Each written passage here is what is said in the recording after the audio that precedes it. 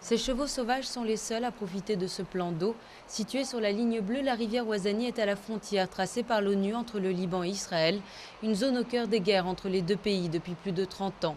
C'est pourtant là que Khalil Abdallah a choisi de construire un village vacances au nom sans équivoque, le fort de Ouazani.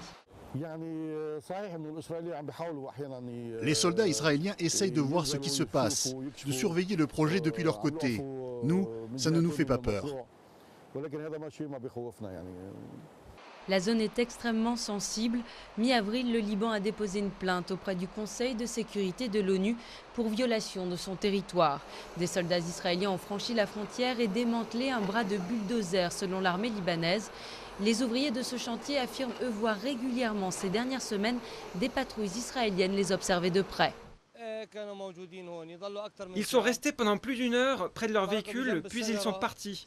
Il y avait 3 groupes, 17 Israéliens en tout.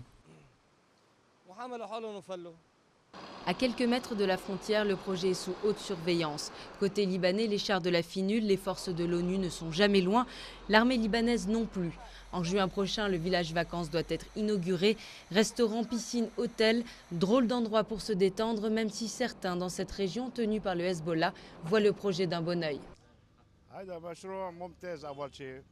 C'est un excellent projet. C'est sur la frontière, mais peut-être que ça peut atténuer les tensions.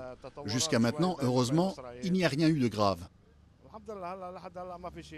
Mais il y a aussi ceux dans ce village voisin du fort de Ouazani qui craignent un retour de bâton de la part d'Israël, qui a occupé une bonne partie du sud Liban de 1978 à 2000.